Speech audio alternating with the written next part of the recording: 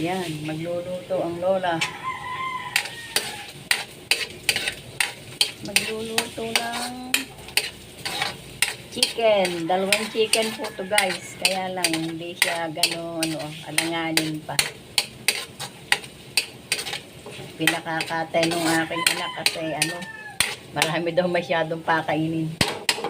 Kaya, ayan, inulam na. Iniulam na guys.